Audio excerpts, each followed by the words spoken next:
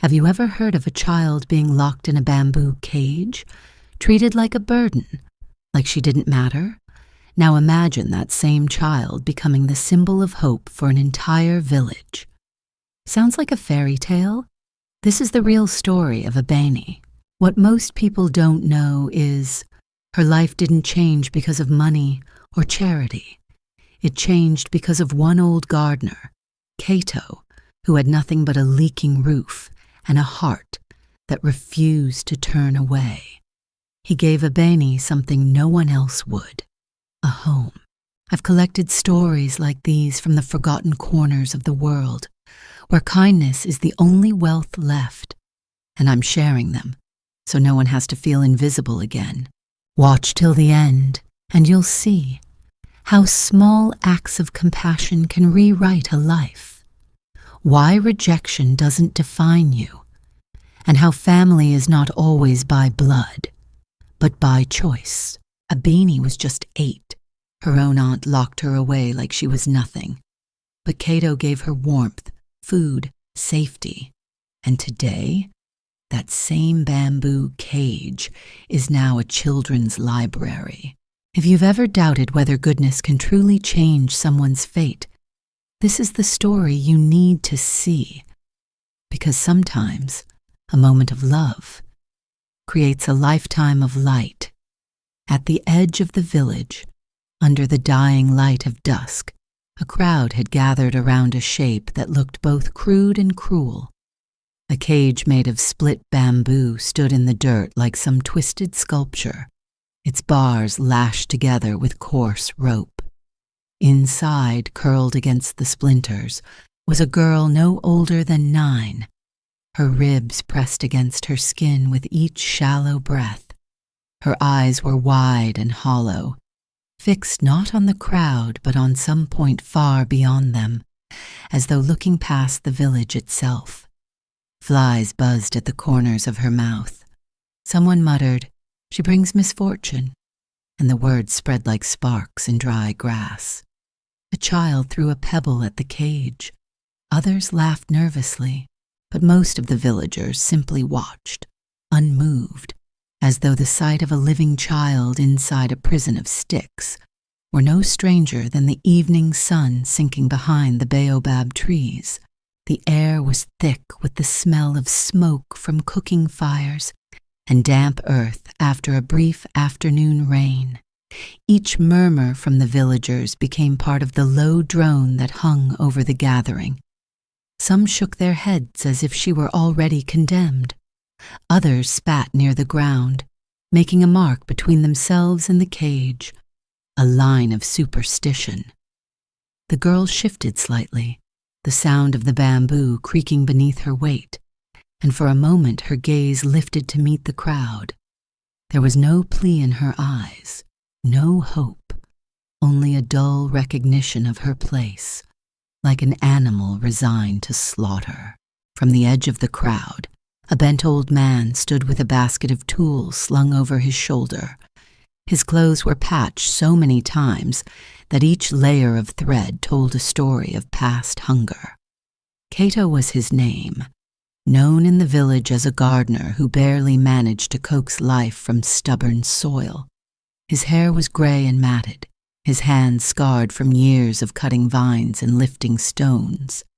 He had not come to watch. He had come only to pass through on his way from the river. But the sight of the cage froze his steps. His throat tightened. He remembered another child once. Thin legs, a cough that never left, the grave dug too soon. The memory pressed on him until he spoke before he could silence himself. "If no one wants her," his voice cracked like dry wood, "then give her to me." The crowd turned. Silence rippled outward. A few laughed outright. "Kato, you cannot even feed yourself," one man sneered. "What would you do with a cursed child?" Others shook their heads, muttering that he was mad. Yet there was something in his eyes, a stubbornness, that kept him from lowering his gaze. The girl stirred at the sound of his voice, the first flicker of recognition breaking through her stillness. Her eyes found his.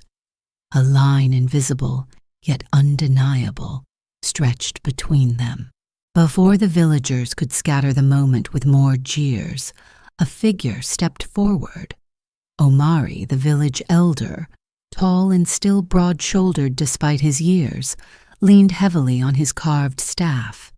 His face bore the wear of responsibility, each wrinkle etched by disputes settled, harvests counted, and storms endured. His gaze moved from the child to Kato, weighing one against the other, and then to the crowd that buzzed with judgment. He raised his hand, and the voices stilled. "This is not a matter to decide in the dark of evening," Omari said, his tone heavy but calm. "We will speak of it tomorrow when the sun is up, and reason can guide us better than fear." He tapped his staff once against the earth.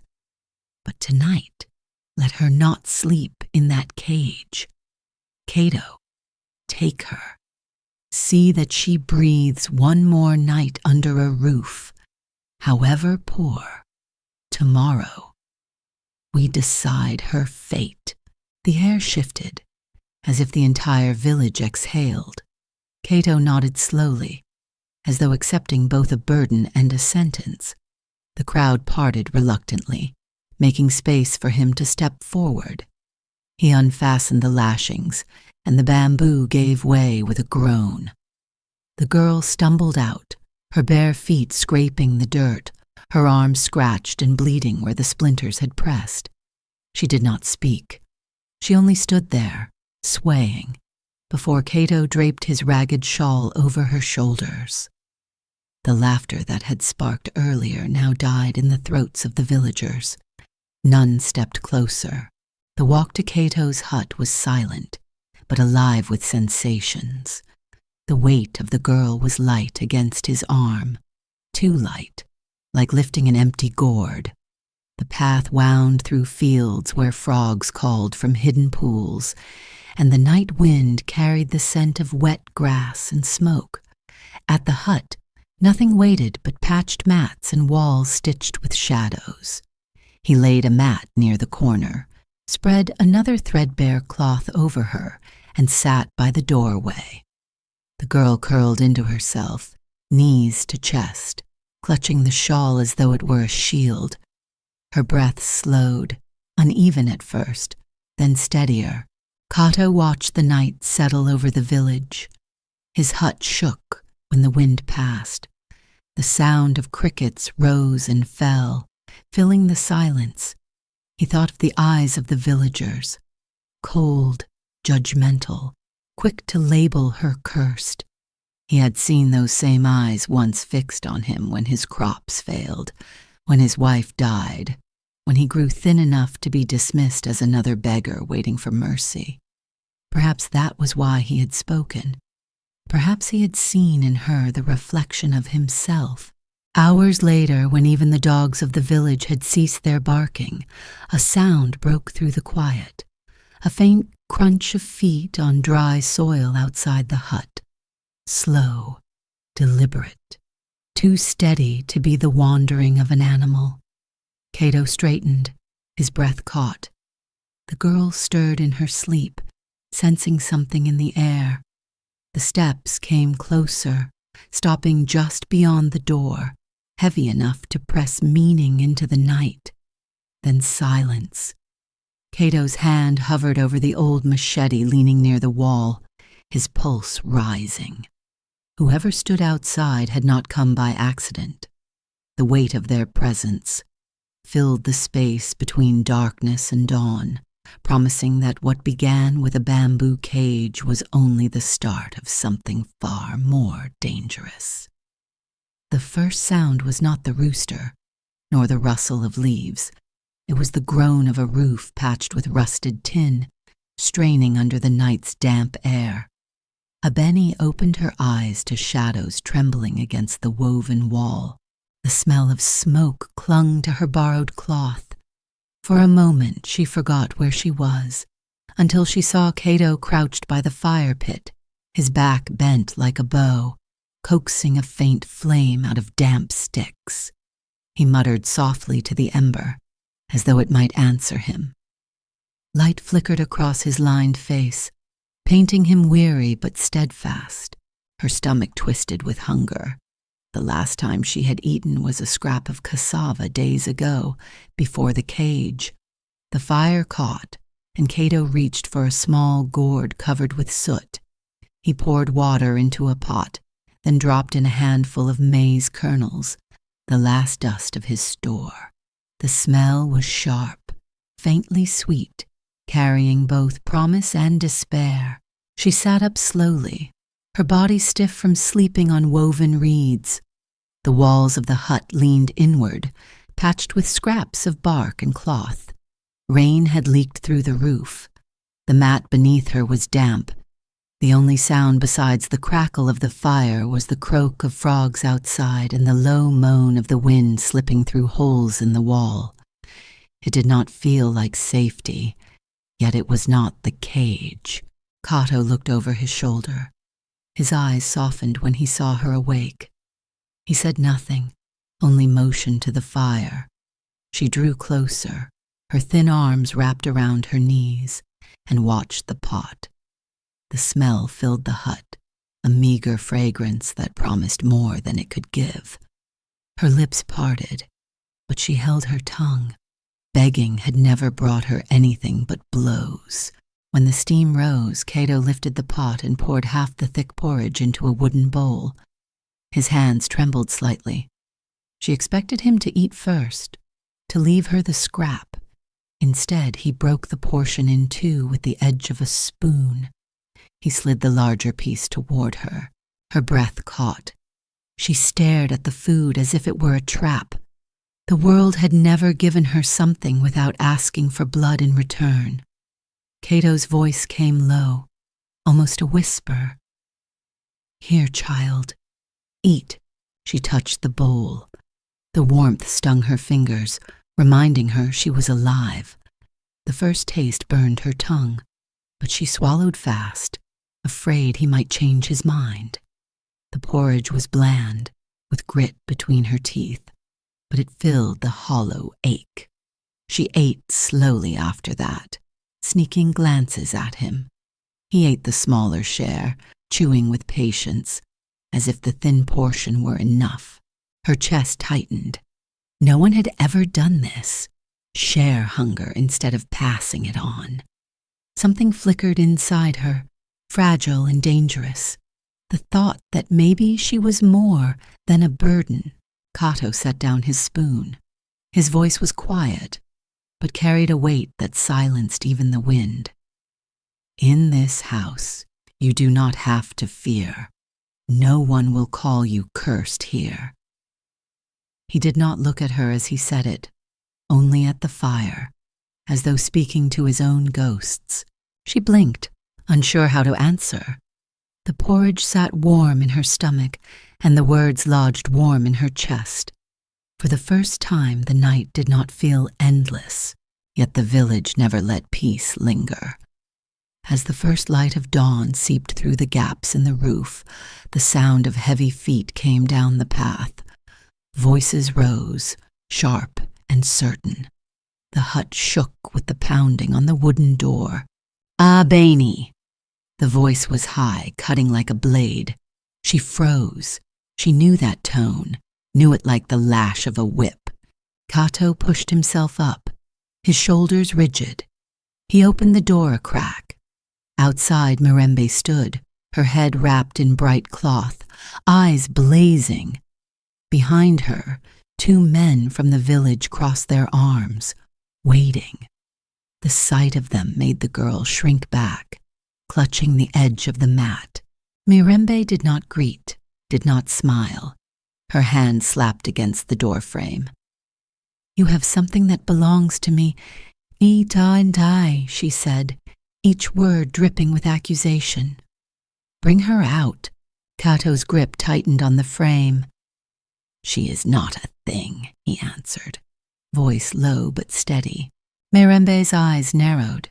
She leaned forward, her bracelets clinking. "Blood is blood. She is my sister's child. You cannot keep her."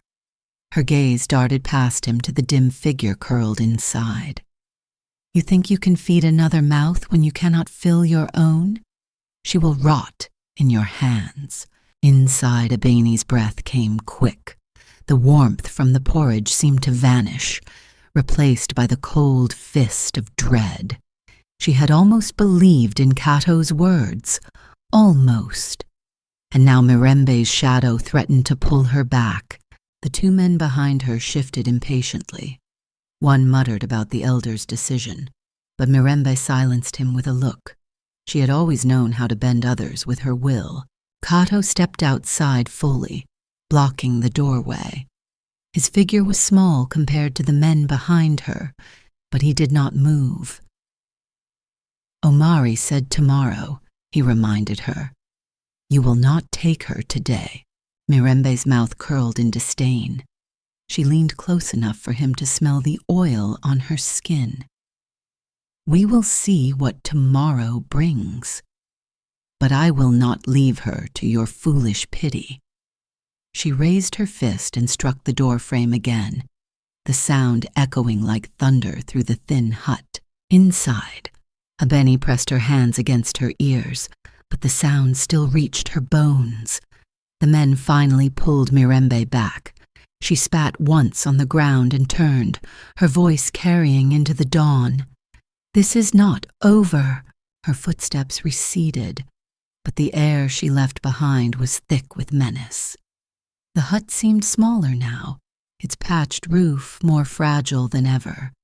Kato closed the door gently, then stood there for a long time, his forehead against the wood, his breath heavy. Abeni sat frozen.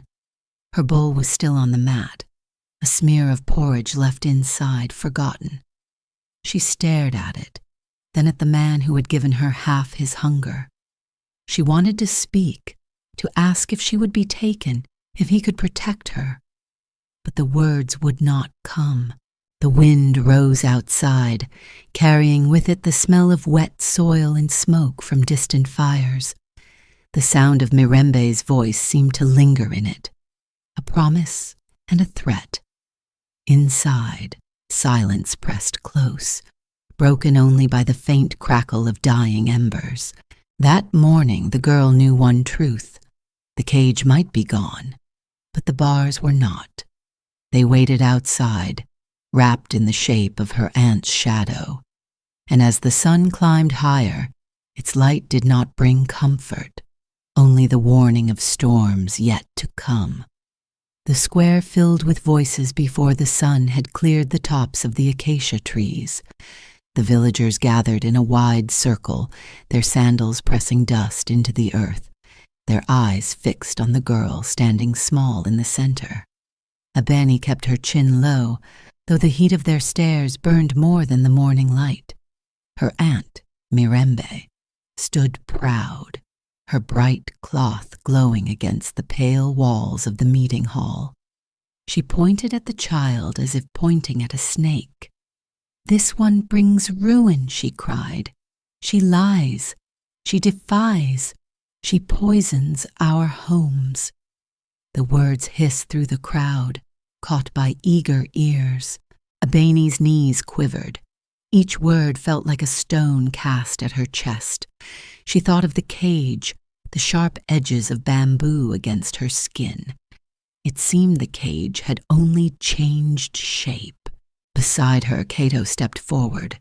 His frame was thin, but his voice carried weight. She is only a child with wounds, not curses. You call her defiant, but she only defends herself against cruelty. His words came slow, each one a stone carefully placed. The crowd shifted uneasily. Some averted their eyes. They remembered the cage, too. They remembered their silence.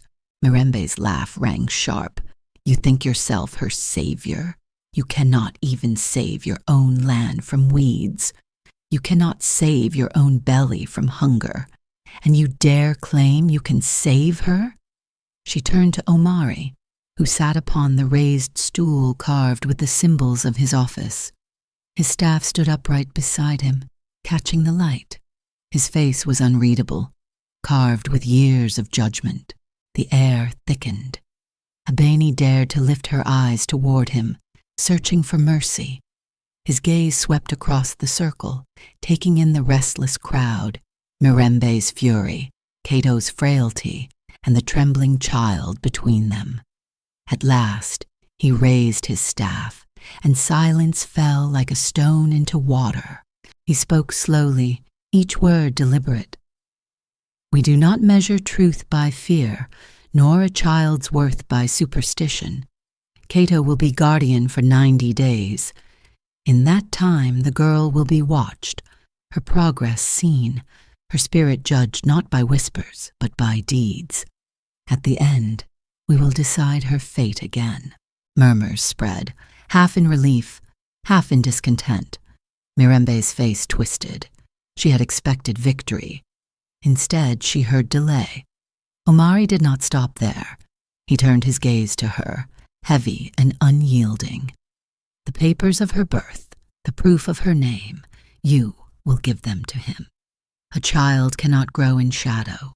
She must have her place, even on torn parchment." For the first time, Mirembe faltered. Her eyes flashed, her lips tightened. Then she reached into her satchel and pulled out a bundle. She tossed it to the ground at Kato's feet. The papers were tattered, edges burnt, words smudged with age and neglect. They scattered across the dust, fragile as moth wings.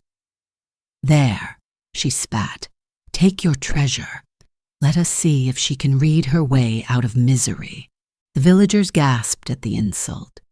Kato bent slowly, gathering the torn sheets with careful fingers, as though they were not just paper but bones of a past too easily broken.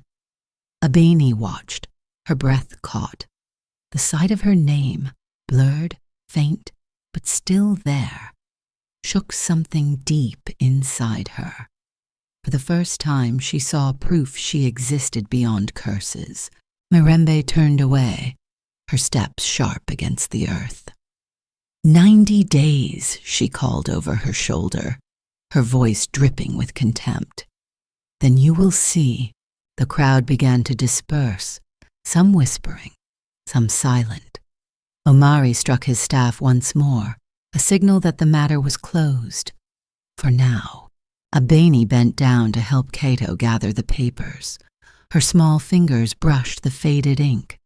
She felt the rough texture against her skin, and for a moment she imagined the letters were seeds, fragile, but waiting to be planted. Kato gave her a look, one part sorrow, one part defiance. "Hold them," he said. "They are yours." Her hands trembled as she clutched the bundle. She did not know why, but tears stung her eyes, not from fear, but from something she could not yet name. She looked toward the retreating figure of her aunt, and her chest burned. The dust rose as the last of the villagers left. The square grew quiet again, save for the sound of the wind pushing against the thatched roofs.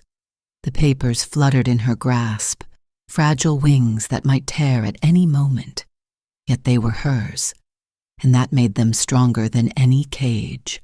But as the sun climbed higher, the weight of Mirembe's promise lingered in the air like storm clouds not yet broken. The girl pressed the bundle to her chest, her heart beating against it, as if her very name depended on her grip. In that moment, she understood something simple but fierce. Her fight had only just begun. The discovery came in the least expected place. It was midday, the kind of heat that pressed the air flat and left even the birds silent. Abeni stood at the back of the yard, sorting through sacks piled against the wall.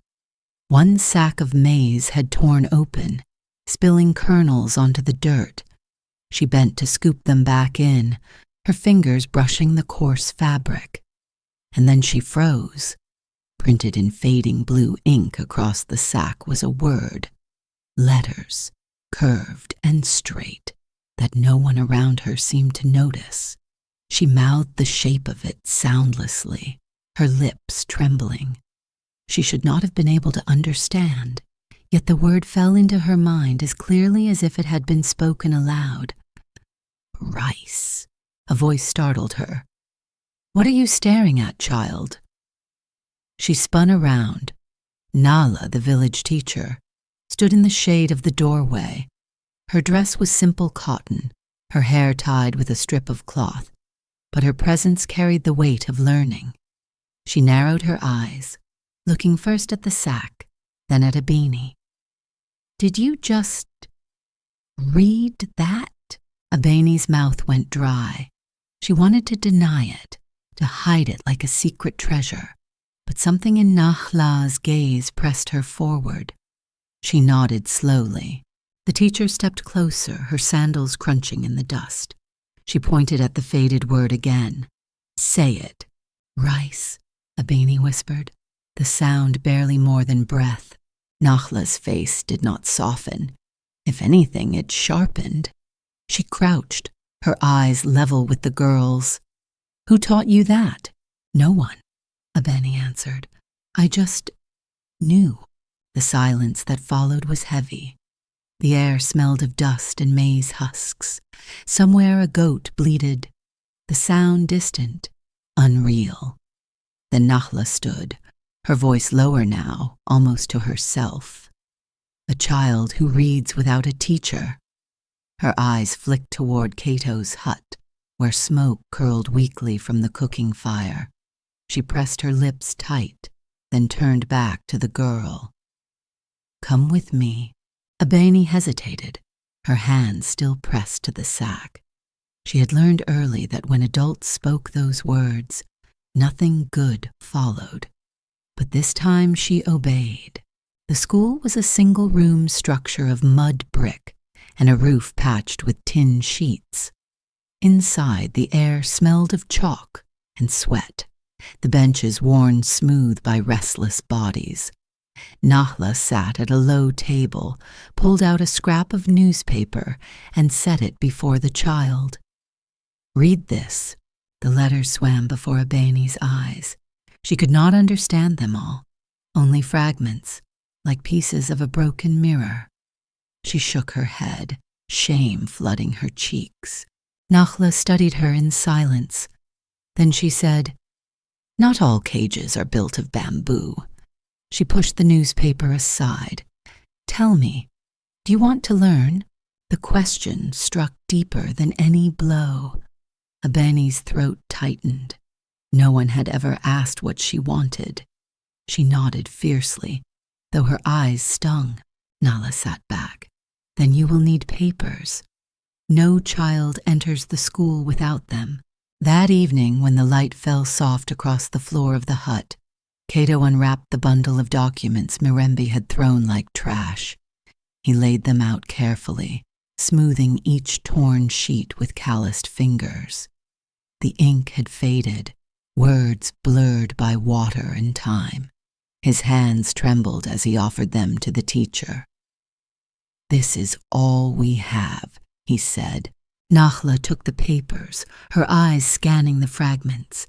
She read names half erased, dates scratched, places smudged into nothing.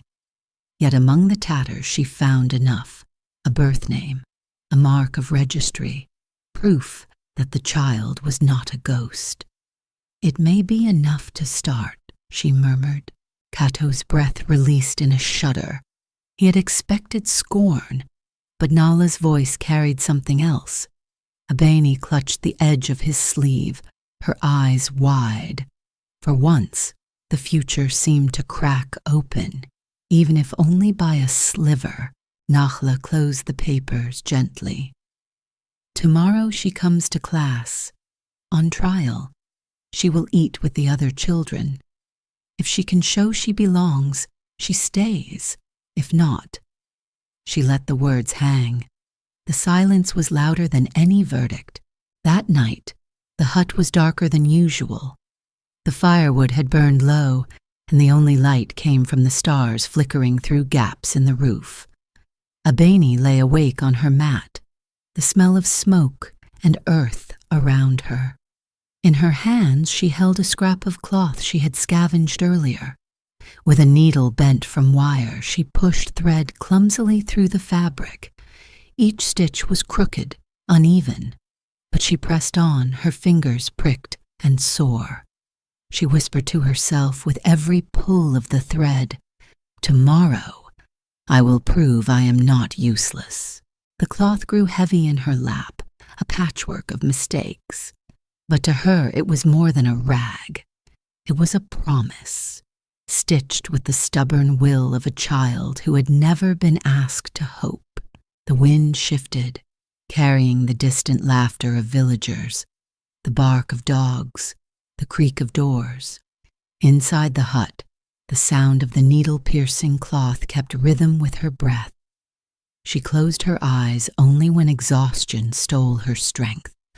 The unfinished handkerchief still clutched to her chest. In that fragile darkness where every shadow could be a threat, something new flickered.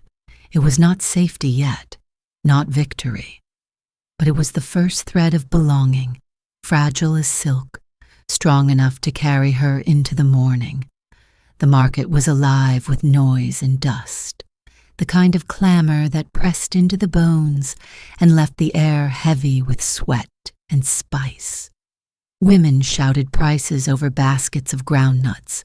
Men bargained fiercely over sacks of millet. Children darted between stalls, chasing after laughter that seemed too sharp to be innocent. In the middle of it all, Abeni stood, clutching a bundle of handkerchiefs she had sewn by candlelight. Her palms were damp, the threads rough against her skin. She swallowed hard and forced her feet forward. The sunlight caught the stitches, each one uneven, some too loose, others pulled too tight. She had worked for nights, her fingers raw, whispering to herself that this cloth might be her proof.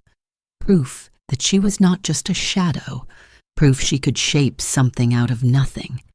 But now, under the weight of the market's eyes, every crooked stitch looked like failure. She laid the first handkerchief on a wooden stall. A woman glanced at it, frowned, and laughed aloud. Who would waste coin on this? Her voice rang sharp, drawing chuckles from others nearby. Threads like a drunk spider's web, better used to wrap fish. Heat rushed to Abeni's face. Her heart pounded so hard she thought it might tear through her chest. She tried to steady her breath, but another passerby sneered. "Cursed children should not sew for others. Their cloth carries misfortune." The words cut deeper than the laughter. She pulled the bundle closer, her eyes fixed on the ground. The dust blurred with tears she refused to let fall. She thought of the cage, the jeers, the way the village had once turned its back. It felt the same now. Different setting, same bars. She almost turned away when a voice, softer yet clear, broke through the noise. "How much for this one?" Abeni lifted her head.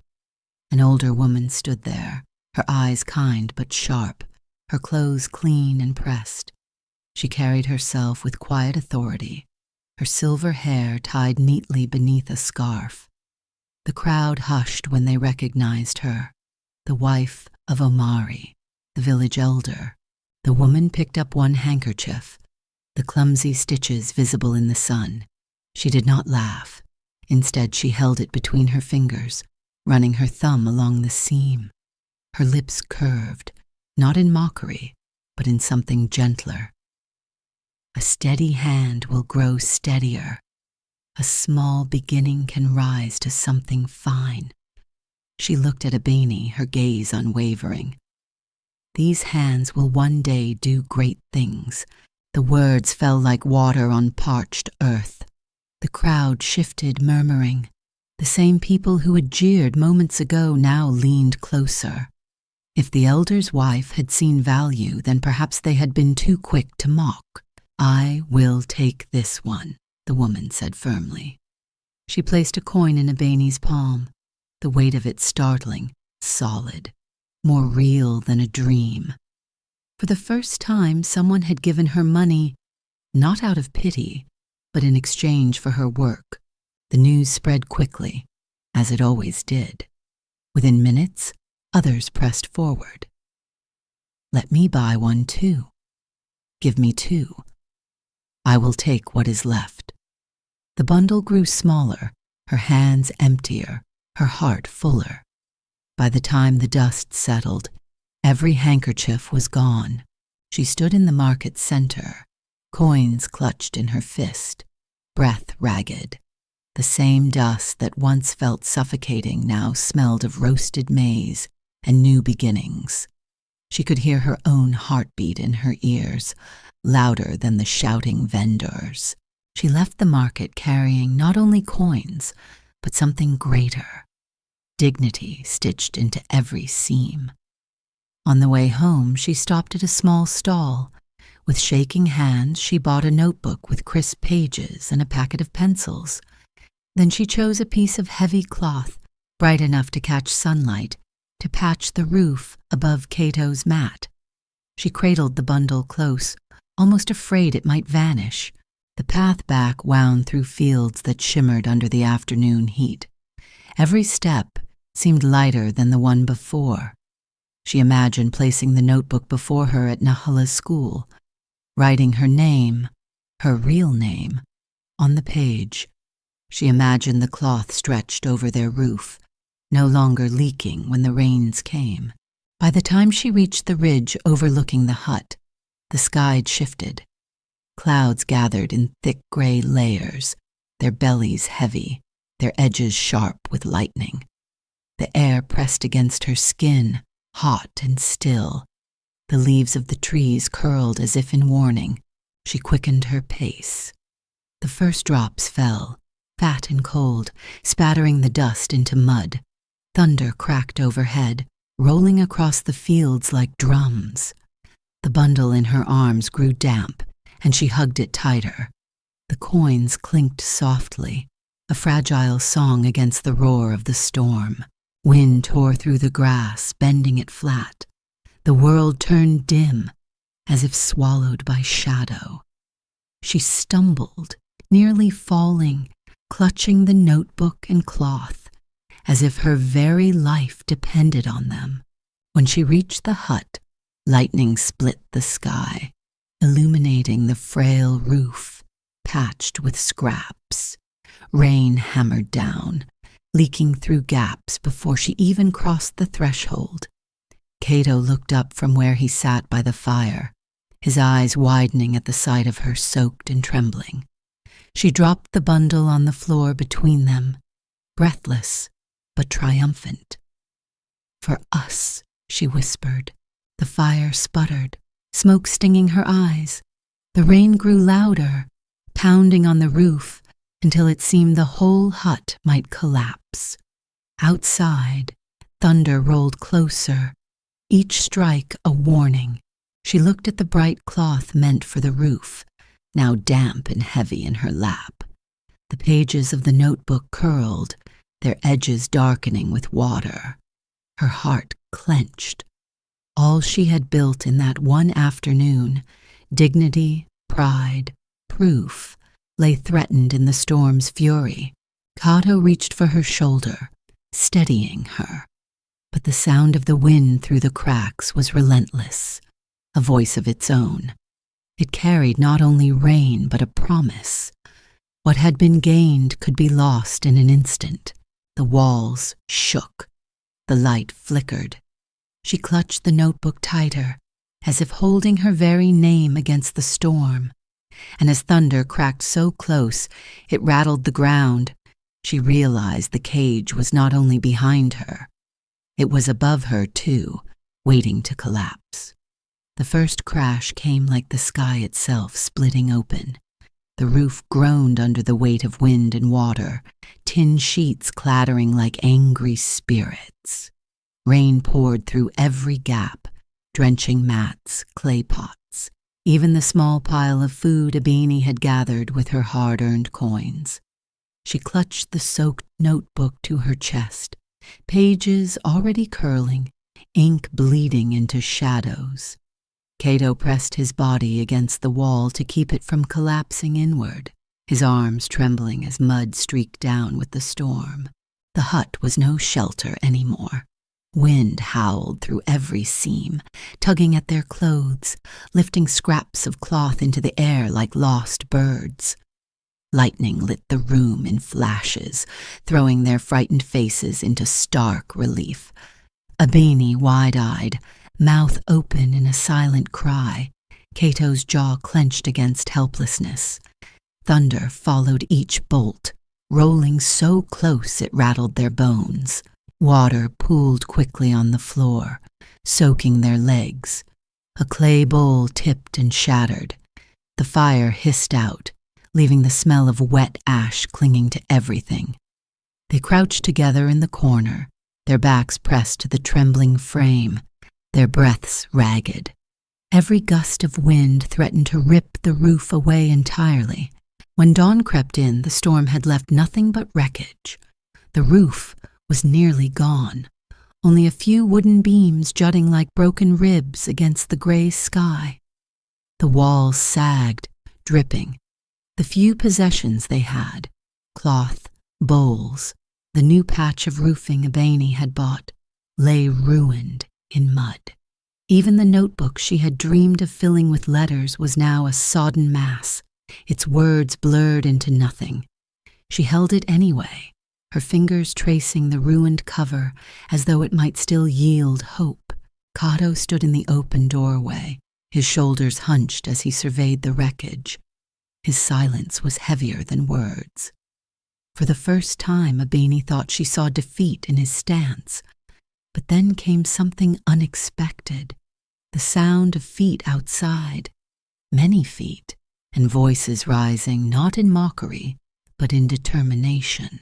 Neighbors appeared, men and women who had once whispered that she was cursed. One carried a bundle of sticks, another balanced a sheet of tin across his shoulders, a third brought rope. Behind them came more, their faces grim but purposeful. The first to step forward was the same man who had laughed loudest in the market, mocking her crooked stitches. Now his eyes dropped when he met hers. Without speaking, he laid planks against the wall. More hands joined, more tools clattered. Children fetched water, women carried palm leaves, men lifted beams. The yard filled with the rhythm of work, hammers striking, ropes tightening, wood thudding into place. Each sound was a reversal of silence, a confession carried not in words but in action. Abeni watched in awe. She had expected pity at best, indifference at worst. Instead, she saw strangers, once enemies, bending to rebuild what the storm had taken. The cage of bamboo that had once defined her had been made by these very hands, but now those same hands offered her a roof. The irony struck her deep, a bitter and tender ache. By the second day, the hut had a new frame, stronger than the old. Sheets of tin glinted under the sun, patched with leaves where metal ran short. The smoke of cooking fires mingled with the smell of fresh-cut wood. Laughter even rose as the men argued over whose knot held tighter. For a moment, the yard no longer felt like the edge of exile, but the center of something shared. Abeni stood by Kato, clutching the only scrap she had managed to save from the wreckage, a corner of the bright cloth meant for the roof. Torn, stained, but still vivid, it felt like a piece of herself, fragile, yet unyielding. She pressed it against her cheek, breathing in the faint scent of rain and smoke. When the final piece of the roof was set in place, the villagers stepped back, wiping sweat from their brows. The man who had led the effort nodded at Kato. "It will hold," he said simply. And for the first time his eyes did not carry contempt, but peace was short-lived. The murmur of gratitude died as another sound approached, the deliberate steps of strangers on the path. At the head was Mirembe, her bright scarf immaculate despite the mud. Beside her walked a man in a pressed jacket, his shoes too fine for the village dust. He carried a leather satchel, and the air around him carried the sharp smell of ink and paper. A hush fell over the yard as they stopped before the new hut. Mirembe's smile was thin, sharp as a blade.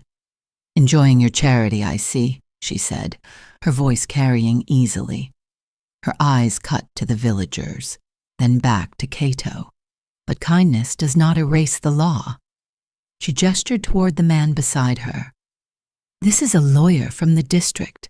He carries papers that will undo your foolish claim. The girl is blood of my blood, and soon the court will see her return to me." The villagers shifted uneasily. Some who had just raised beams lowered their heads, afraid of the weight of official seals. The lawyer opened his satchel, pulling out folded documents. The sound of parchment unfolding was louder than thunder. Abeni's stomach dropped. She had thought the storm had already taken everything. Now another storm rose, one made not of wind and rain, but of ink and power. She clutched the torn cloth tighter, her breath shallow. Kato stepped forward, his face set but his eyes tired. He looked not at Mirembe, not at the lawyer, but at the villagers who had rebuilt his home. For a heartbeat, silence hung. Then the lawyer cleared his throat, the papers fluttering in his hand. "By district order," he began, his voice precise, "we will seek to annul the guardianship and restore the child to her rightful kin." The words cut through the yard like a blade. The laughter of a moment ago was gone. The hammering, the ropes, the sweat, all seemed small against the thread of ink. Abeni stood frozen. Around her, the rebuilt hut gleamed with new strength, yet she felt its walls collapse inward again. The bright cloth in her hands was no shield. The villagers' hands, once steady on beams, now trembled with uncertainty. As the lawyer's voice droned on, outlining the case against Kato, she pressed the cloth harder to her chest, her knuckles white. She knew then the storm had not ended. It had only changed its form, and in the silence that followed his words, her heart beat with one thought: the fight for her place was far from over. The summons came with the pounding of a drum. Its hollow beat rolled through the village square, summoning every man, woman, and child to gather before the meeting hall. Dust rose with the shuffle of feet. The air smelled of sweat and palm oil, the tension as sharp as smoke. In the center stood Mirembe, her face bright with satisfaction, a lawyer at her side holding a stack of documents stamped with district seals. Behind them, gifts glistened in the morning sun: wrapped cloth, sweets, and a jug of oil, temptations laid at her feet like bait for approval. Abeni stood at the edge of the circle, her heart thudding in her chest. Her palms were damp, clutching the piece of cloth she had stitched and saved through storms. She could taste bitterness in her mouth, dry and metallic. Kato was beside her, shoulders squared, though his body trembled with fatigue. The rebuilt roof over their hut had not yet dried from the last rain, and already another storm pressed down, not from the sky, but from the crowd. The lawyer raised his voice, smooth and certain, like someone used to speaking in rooms where paper weighed more than people. "By law, the child belongs with her kin. Guardianship rests with blood, not strangers. This man," he pointed toward Kato, "has no claim. He cannot provide. He cannot protect. This girl must be returned to her rightful aunt." The words cut through the air, each one designed to leave no space for doubt. Villagers shifted, murmuring. Some eyed the gifts. Some eyed Abeni, their faces unreadable. Mirembe's gaze swept over them, her lips curved in a smile that was more threat than joy. She stepped forward, holding out a small parcel wrapped in bright fabric. "Come, child," she said sweetly, though her eyes glittered with steel. "I have sweets for you, a proper home, a bed to sleep on. You don't belong in a beggar's hut. You belong with me." Abeni's breath caught. Every muscle urged her to shrink, to obey, to disappear. But then her fingers tightened on the cloth in her hand.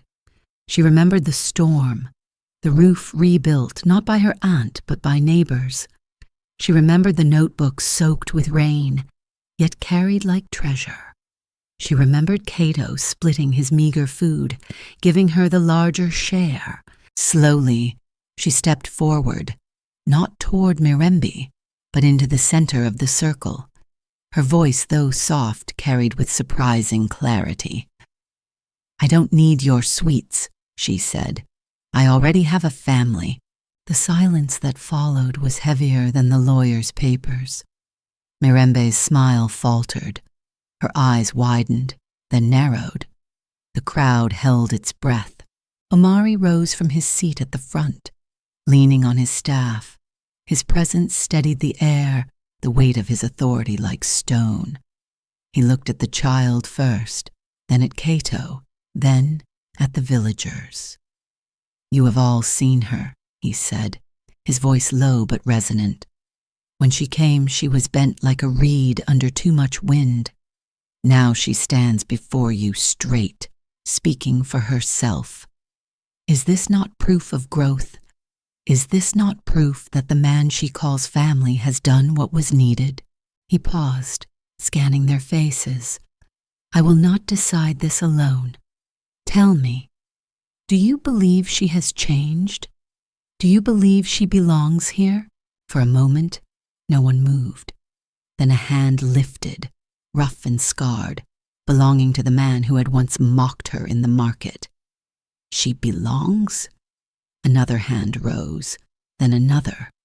Soon the whole square was alive with lifted arms, voices murmuring assent. Even those tempted by Mirembe's gifts raised their hands, unable to deny what they had witnessed. The lawyer faltered, his papers suddenly thin against the tide of living testimony. Mirembe's face twisted in rage. She clutched the parcel tighter, then flung it to the ground. Sweets spilled across the dust, ignored. Her voice rose shrill. "You will regret this."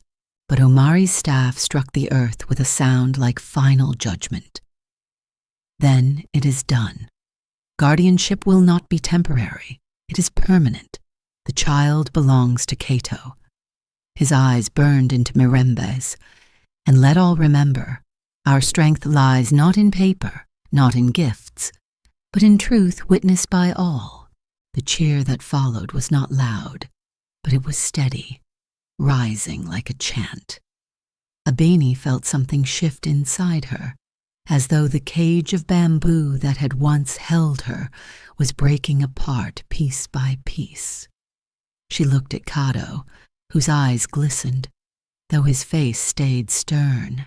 Then Omari turned once more, his voice carrying into the hushed crowd. "That cage, the one that once held this child, let it never hold another. Do not burn it, do not hide it.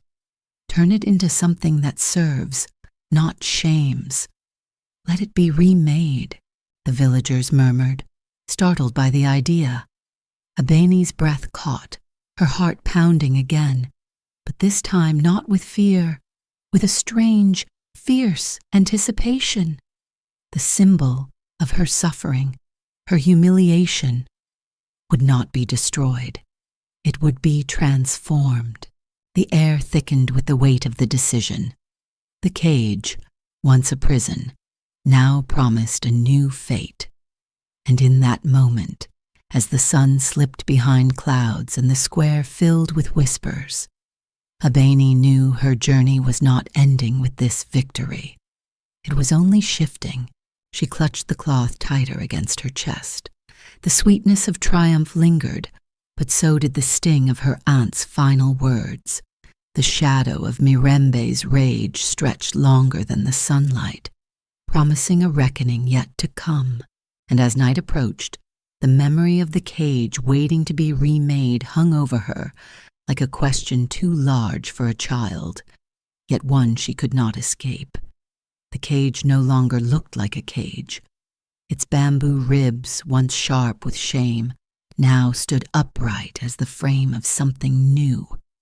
Children ran in and out between the slats, their laughter spilling like light. The old square that had once echoed with jeers was filled with the scrape of saws, the hammering of nails, the shuffle of feet carrying planks. Smoke from cooking fires drifted in the air, mingling with the resinous smell of fresh wood. Abeni stood at the threshold, her hand brushing against one of the polished bamboo poles. Her stomach tightened.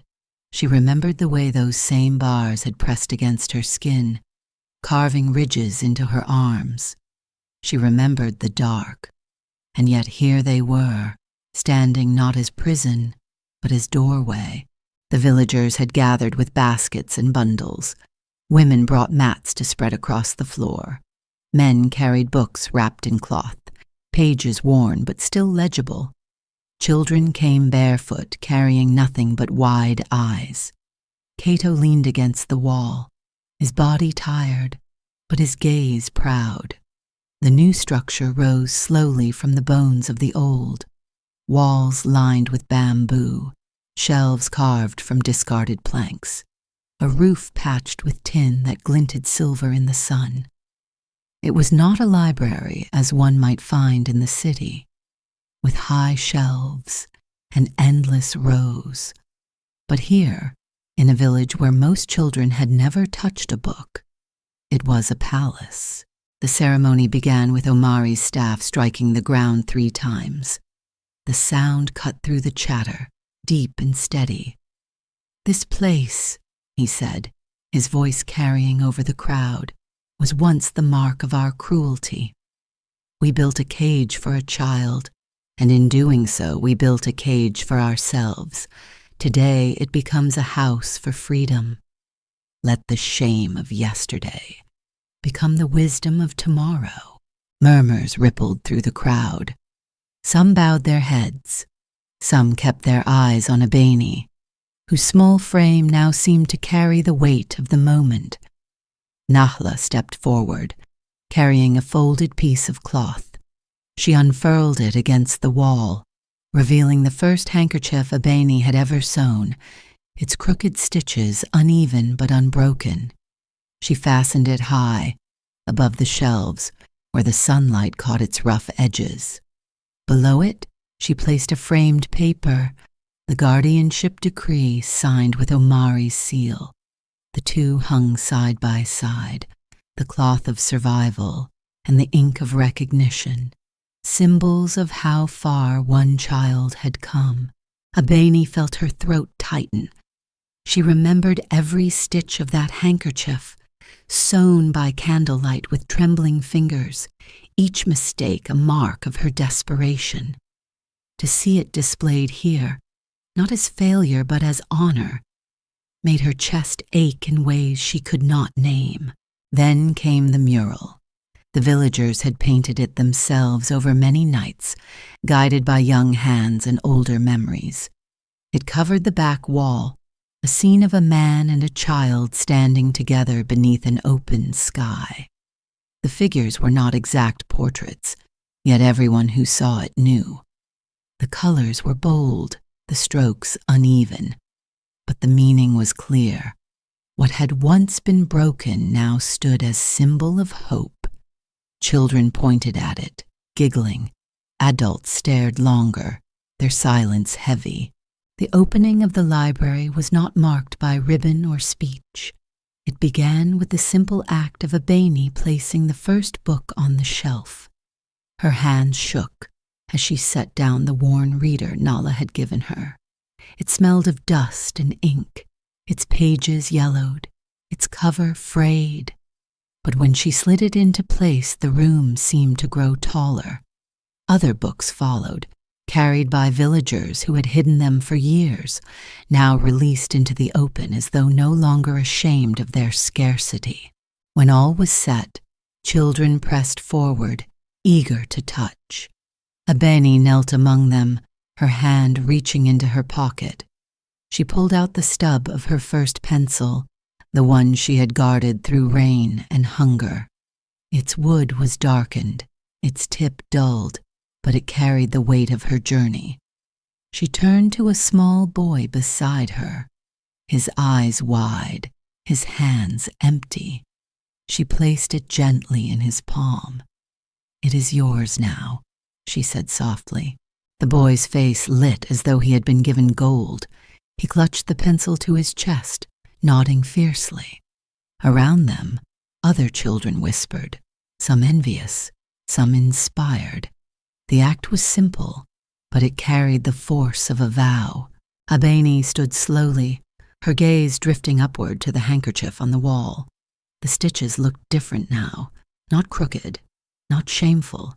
Each uneven thread seemed to hold a story, a night of hunger, a day of mockery, a storm survived, a roof rebuilt.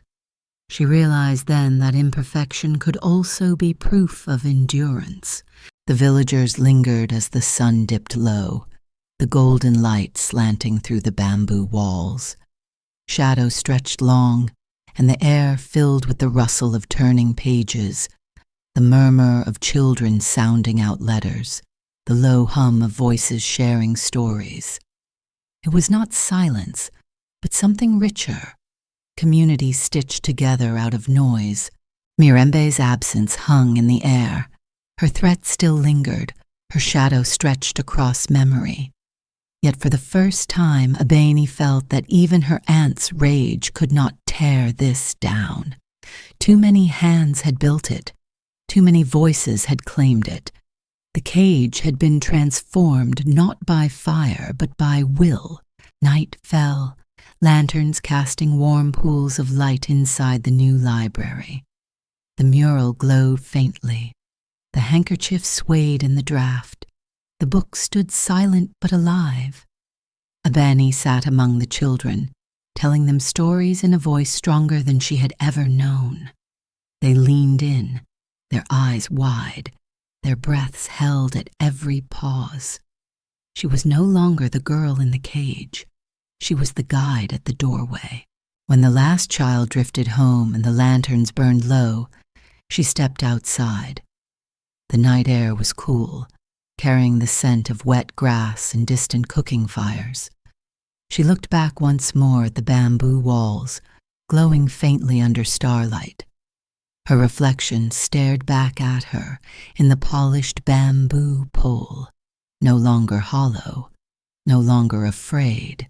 Her journey had not erased her scars, but it had given them meaning. And as she turned toward the path home, she knew the cage was not the end of her story. It was the beginning of a new one.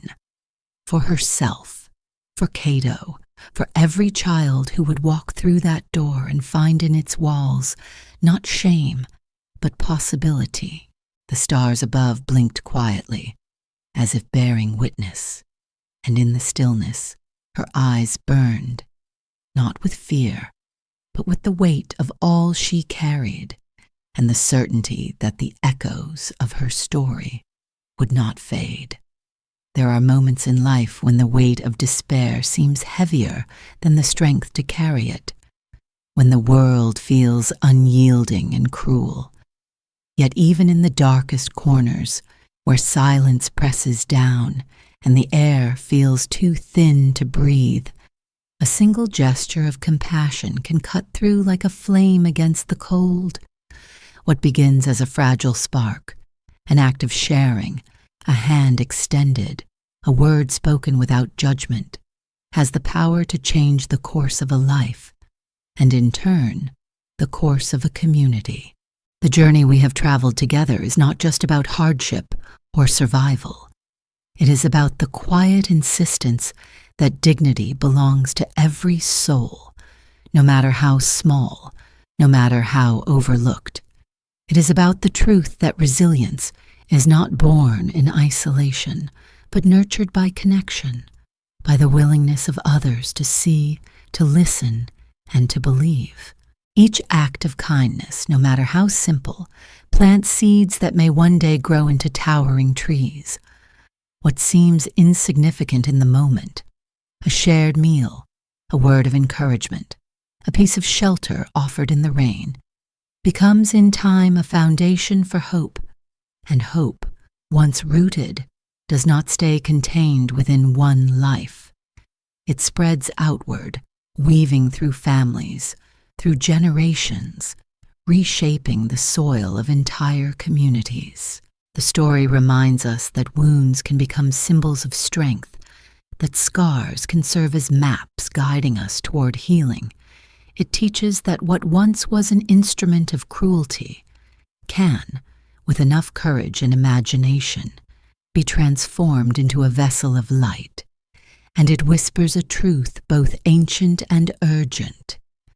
We are at our strongest, not when we stand alone, but when we dare to carry one another. If there is one lesson to carry forward, it is that no beginning is too humble, no path too broken for transformation. What matters is the resolve to stand, to keep walking, to keep believing in the possibility of something greater than what has been. For in every life, no matter how burdened by shadows, there remains the possibility of dawn. Thank you for staying with this story, for listening with an open heart. If it touched you, if it stirred something within you, I invite you to share your thoughts in the comments below. Let your voice join the conversation. And if you wish to walk alongside future stories like this, please remember to follow and subscribe. Your presence keeps these journeys alive, and together we can continue to honor the quiet but enduring power of human kindness.